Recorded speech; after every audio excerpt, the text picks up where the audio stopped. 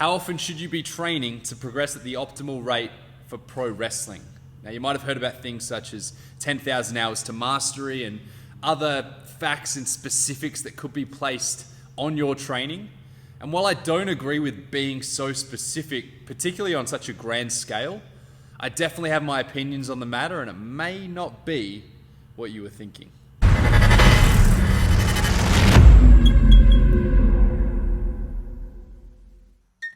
I could look at this question from a couple of different angles. I could look at hours per week, or I could look at the amount of days per week that you are training. And I'm going to focus on the latter today for a couple of different reasons. The first one being the amount of hours per week doesn't really tell me what type of training that you're performing. Is it mostly conditioning work? Is it a lot of skill development? Or is there a lot of observation where you're on the outside of the ring watching others and learning by talking? Is there a lot of freestyle, putting all the skills you already know into a final package and perhaps practicing matches? So I'm not really going to look at that part today. I'm going to look at days per week. Another reason being, I have read into a lot of studies about how sleeping on a training session can actually help you retain a lot of that new information. And what I mean by that is going to bed afterwards and waking up the next day could put you in a better spot to retain that information you've just learned. So if you're having several 3-hour sessions per week separated by sleep, that could be more beneficial than only training once a week, but training for 9 hours in that day. So straight off the bat, I'm going to say that 3 to 4 days per week is my optimal range to progress in pro wrestling. And you could apply this to really any skill or art form. Does this mean that only training a couple times a week is not going to be beneficial? Absolutely not. Does it mean that training every day of the week is going to not be beneficial?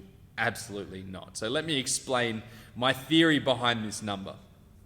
Firstly, if you are only training 1 day per week, your progress will be very, very slow. And I say this from experience, not just from watching many of my trainees over the years, but also myself.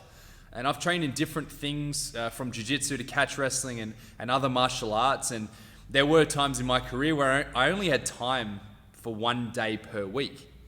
And while there was progress, I did learn new things each week. And I did get to apply them when there was a bit of free rolling at the end, when there was time to actually spar.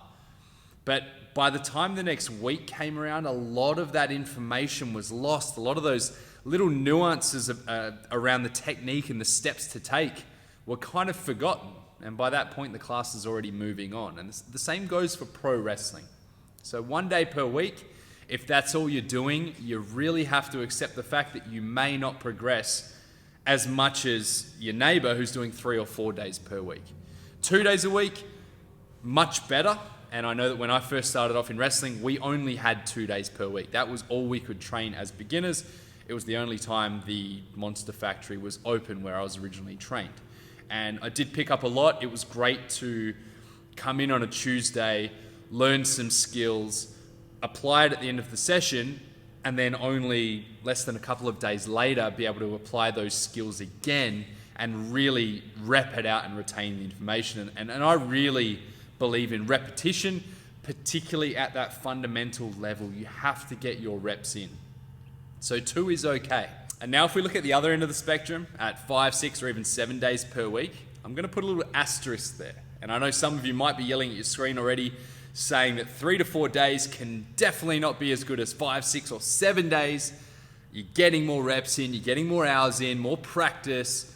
Completely understand. You're talking to someone who many times in my career, particularly when I traveled overseas, I did train up to 6 or 7 days per week. But the one thing I found anecdotally, and the one thing in a lot of my research, particularly around recovery and under-recovering or overtraining, whichever way you want to look at it, is that it can be a place and time of diminishing returns. And what's meant by that is you may hit an incredible amount of progress training 3 or 4 days per week, and then adding in those extra 1, 2, or 3 days, you may see that progress start to taper off. So while you could be improving more than 3 or 4 days, it's not necessarily at a rate that can justify doing it. Now, if you're young, if you're healthy, if you have no issue doing it, if motivation is high, I'm never going to tell you not to.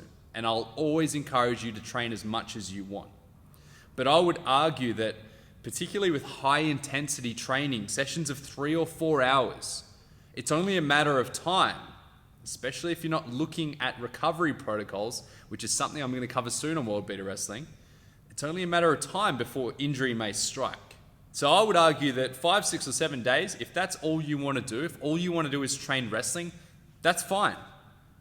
But if you want to be an all-round wrestler, if you want to be the total package, you should be looking at things such as your weight training. You should be in the gym 5, maybe even 6 times a week. You should look at things such as other martial arts, as wrestling, catch wrestling, jiu-jitsu, things that will supplement your game in the ring. You should look at your recovery protocols. It's something that many of us just don't place a high enough value for. Are you sleeping well enough? How's your diet? Are you recovering from your training sessions? Are you recovering from your workouts? Because we have a finite amount of resources in our body to go towards recovery.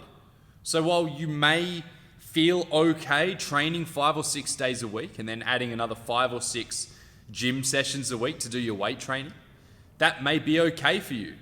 Undersleeping, you might be able to survive, but you won't be growing at the optimal rate. Your muscle gain will not be as effective as it would be had you put more emphasis on recovery. So even those of you who are healthy, fit, young, able to do 5, 6, or 7 days a week, if you have the time, go for it. Give it a go. But gauge your recovery. See how your sleep's going. See if any other aspects of your life are being negatively impacted by the amount of time you're training. And if they are, just pull it back a little bit. Take a day off for a month or two. See if it impacts you positively. See if your strength goes up in the gym. See if your sleep starts to improve. See if you make gains in the mirror. See if your wrestling starts to get better. And soon, when my episode on recovery does come out, I will explain a few things that you can use to gauge whether you are under recovering or whether you're doing okay with the amount of workload you're placing on your body. So if you were to ask me what my perfect week would look like if I could have free reign on when I train for wrestling, weight training, if there were no day jobs in the way, no relationships, here's kind of how it would look. So kind of take these principles away with you. Obviously 3 to 4 days per week, let's say 4 days per week of pro wrestling training. Maybe that's a Monday, Tuesday, maybe Wednesday off, and then maybe a Thursday, Friday, leaving the weekends free. I would supplement that with anywhere from 3 to 5 days of weight training, and this is looking more at a beginner level. So 3 days you might get away with, but as you progress in the gym, you should definitely be upping that volume to 4, 5, or even 6 days as you get to an advanced level. Realistically, they may fall on the same days as your wrestling training, which is completely fine. I would personally try to get my weight training in before wrestling training. Ideally, separated by around a 6-hour block. So if you could train weights in the morning and then have the rest of the day off and then go to wrestling training at night, that's perfect. But at the very least, your weight training coming right before your wrestling training should be okay. I would never recommend doing any form of cardio or conditioning before your weight training.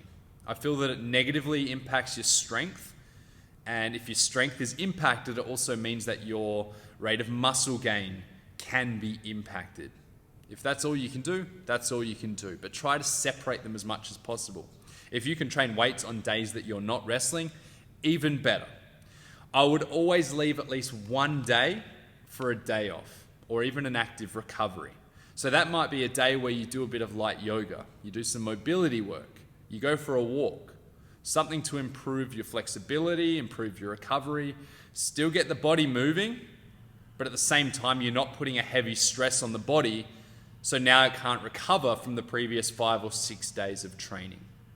In terms of cardio, it's entirely up to you. If you want to add cardio to increase your conditioning for pro wrestling, absolutely go for it. If you want to add cardio to burn more calories because you're trying to drop weight, again, go for it. But just realize that 4 days of wrestling training plus 5 days of weight training can be quite an effective workout even for your gas tank. So It's up to you. If you're going to add it in, maybe a bit of high intensity interval training, 10 or 20 minutes. You can add it to the end of your workout, or you can put it on a day off or in the morning. Again, just trying to separate as much as possible from your weight training. And another thing I always did was place my heaviest lifts at the start of the week when I was fresh. So if I have a Sunday off or a Sunday active recovery, then Monday is going to be my biggest day of lifting. So maybe a day where you're hitting your heavy squats, your heavy deadlifts, your heavy bench, your bigger muscle groups. And also think about your wrestling training. I know that the place where I first started training, we would do some pretty intensive calisthenics. I'm talking 500 plus reps of squats. And my legs would be sore for at least 2 to 3 days afterwards. So I would make sure that I didn't program any leg workouts during that 2 to 3 day period. I might hit legs the day before the wrestling session, but 24 hours was the smallest buffer that I gave myself, because I made that mistake one too many times and it was definitely not good for me. And if you're training in a place that doesn't really offer much in the way of martial arts training, if they don't really give you an amateur wrestling education, or you don't really learn any submission grappling or striking, I definitely recommend trying to take at least 1 day a week of learning an art form. For me, particularly a form of grappling would be best, because it relates so much to what we do in the ring. It helps not just your gas tank, but also your footwork, your movement, your intensity, your ability to pace yourself and apply tempo to your wrestling. So it sounds like a lot. I know this is a lot of training, but this is ideal scenario. Perfect scenario where you're getting plenty of sleep, your diet's spot on, you're recovering well, and you can afford to train up to 6 days per week. Of course, if that's not you, if you've got life things in the way, just do as much as you can. Remember, if pro wrestling is number one for you, then pro wrestling training should be number one for you. But try to supplement as much as you can. If you have any questions that you would like to ask, particularly about training and how you should be training to progress in wrestling, drop a comment below. I'll always try my best to get back to you. Of course, stay tuned every Thursday for new episodes of World-Beater Wrestling, and make sure you subscribe to worldbeaterwrestling.com. If you want to see more videos like this, click on the subscribe button, spread the word, and if you have any questions or requests for World-Beater Wrestling, don't be afraid to comment below.